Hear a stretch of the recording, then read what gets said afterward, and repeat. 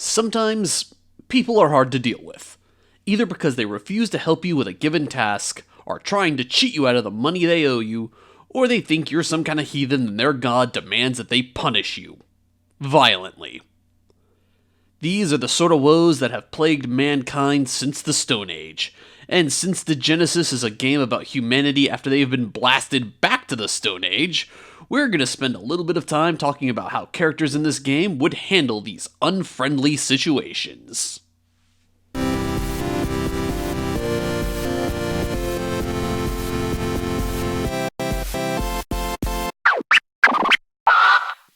Let's start off with your character's vital statistics. There's 3 general tracks you're going to be keeping in mind. Wounds and trauma, which represent, well, wounds and really bad wounds. You know, physical damage. Ego, which represents dealing with the things that are just plain horrifying or incredibly stressful. And spore infection, which is a kind of unique and specific case.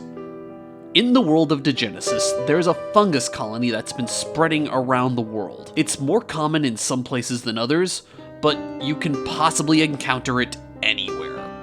It can be a random field of fungus growing with spores carried along in the wind, or it could be somebody that's been taken over by the fungus, or even a horde of people that have been taken over, with varying levels of humanity left. Or even through what is called the burn, deliberately inhaling the spores because they produce a euphoric intoxication. There's a lot of way that this stuff propagates, and it's not too far out of the ordinary from how real-world fungi would as well. But back to the rules. When wounds reach a certain point, you start gaining trauma, and trauma is both more difficult to heal and it inflicts penalties on you. When trauma hits a certain point, well, your character dies. Witnessing horrifying things, like what the burn does to somebody, or just having a supremely unpleasant encounter with somebody that shakes you to your very core, will inflict ego damage. When this hits 0, you become a sobbing mess that can't do much of anything other than cry. And spore infection. Well, spore infection is where things get nasty. Your character is still technically alive, but past a certain point, they're no longer themselves, and have given themselves over to the fungus among us. Each one of these has their own method of being recovered. Bed rest heals both wounds and trauma, and sometimes ego, and having somebody who knows a thing or two about medicine can speed up the process of wounds and trauma. Ego is a little bit harder to recover though. Burn does the trick, but as I just said, going down that path will lead to you forsaking your humanity. And as far as recovering spore infection, nothing but good old-fashioned antifungal medication will take care of that. Let's say you do encounter one of these fungus monsters, and running is somehow not an option. Or you're feeling brave because you got antifungal medicine, a gas mask, and a tricked out and totally wicked crusher. The first step in any fight is rolling for initiative, which in Degenesis gives you 2 pieces of information. What your turn order is, as well as how many times you can act in one turn. You roll your psyche and reaction with any relevant modifiers, with every success counting towards your initiative. Your triggers on this roll determine how many extra actions you're allowed to take. Every 2 full triggers is 1 extra action. And if you really want to bump your odds up, you can spend up to 3 ego to gain an additional initiative die for 1 turn. If you're unlucky and have no successes, your initiative is treated as 0 and you only get 1 action. And any ties in initiative are treated as happening at the same time. When it's your turn, the most obvious choice in a fight is to ready your weapon and give the enemy hell. Fists, feet, and other body parts use body plus brawl, while if you have a weapon, you'd use body and melee instead. Range attacks are agility and projectiles. Mental and social attacks are also available if you've got a cult rank or potential that allows you to make them. Those vary on a case-by-case basis, but they usually damage ego. I'd like to take a moment to point this out though, and this is something Degenesis even states outright. Weapons in this game kill in 2 or 3 hits, and if you want to survive, hit as hard as you can, or run as fast as you can. And further, one of the things that makes combat in Degenesis dangerous is that if you want to defend against an attack, you have to make an opposed roll against it, and you lose your action by doing so. Meaning if you've already acted or have no extra actions available, you just have to hope that the enemy misses. This means that a viable strategy in Degenesis is to try and outnumber your opponent. They'll run out of actions eventually, and they won't be able to defend.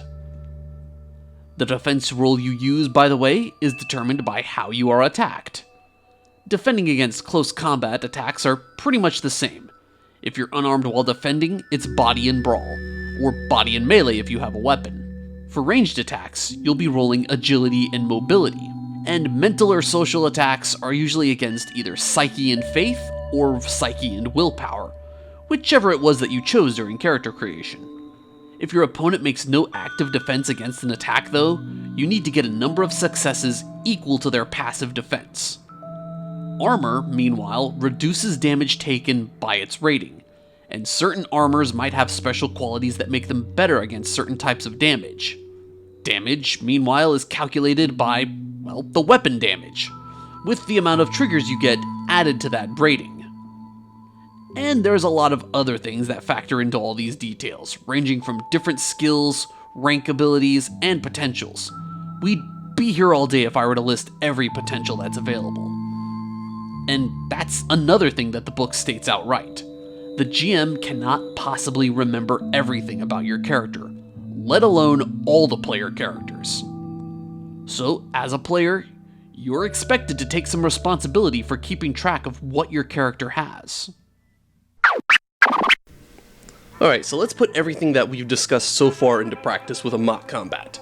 Situation is going to be between two scrappers. One that has the rank Fox, which is sort of a lone wolf archetype that is out in the wilderness by themselves gathering scrap.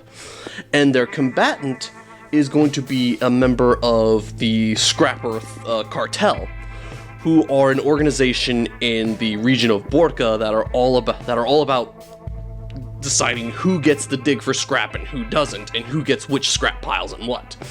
Because Borka is littered with all kinds of scrap, and thus, wherever there's a lot of a resource to be had, someone is going to try and take advantage of it and capitalize on it. And so, the cartel sent some young upstart, represented right by this character right here, out to get rid of this fox who is not paying their dues. And in every combat round starts with rolling for initiative, which is a character's psyche, 3 for the fox, and 4 for the cartel thug, plus their reaction, 0 for the cartel thug, and 2 for the fox. So we have 5 and 4 here. Characters are not penalized for not having a particular skill when they need to roll for it. You can just use your raw attributes. So we're going to go ahead and roll, and we're going to count up the amount of successes they have, and every trigger, which are 6s, every 2 triggers I should say, will give them 1 extra action. So this means they both have 3 successes, they both have an initiative of 3, they're going at the same time. However, the fox is going to be able to act twice. And so we're going to operate on the assumption that their discussions have broken down, guns are drawn on both sides, and they are going to start shooting each other. And we're going to go ahead and have them both shoot each other at the same time with shotguns, which are 0 handling weapons, so they will be using their agility plus their projectiles rating, which is 2 agility for each, and 2 projectiles for the fox, 1 projectiles for the cartel thug. And they both have a passive defense of 1, so in order for either one of them to hit each other, they only need 1 success. And any triggers they get will add to the amount of damage that they do, which is rated 10 for shotguns. And we're also going to say that the cartel thug realizes that he is physically outmatched by this fox, so he's going to use the double barrel feature of the shotgun to fire both of his shots at once. Whereas the fox is confident that 1 shot will be enough to take out the thug. So let's go ahead and roll. And we have 2 successes for the fox, and whoops, that was a 6. 2 triggers and a success for the thug. Only triggers add to the damage that a weapon does. So, the cartel thug is going to deal 22 damage to the fox. Meanwhile, the fox is only going to deal 10 because he got just enough successes to actually hit the thug. They both pull triggers, a hail of buckshot or birdshot or whatever it is they're using goes flying at each other, bullets are flying, pellets are flying everywhere, they both get peppered, and the 10 damage of the fox's shotgun is definitely enough to take out the 4 flesh wounds of the cartel thug, and enough to fill them up completely on trauma, ending the cartel thug immediately. Unfortunately for the fox, 22 is enough to do the same to him, because the fox has 12 flesh wounds and 6 trauma. Any of flesh wounds that cannot be filled up immediately go into trauma, and he only has 6 trauma and 12 flesh wounds. He has a total of 18 hit points, if you will.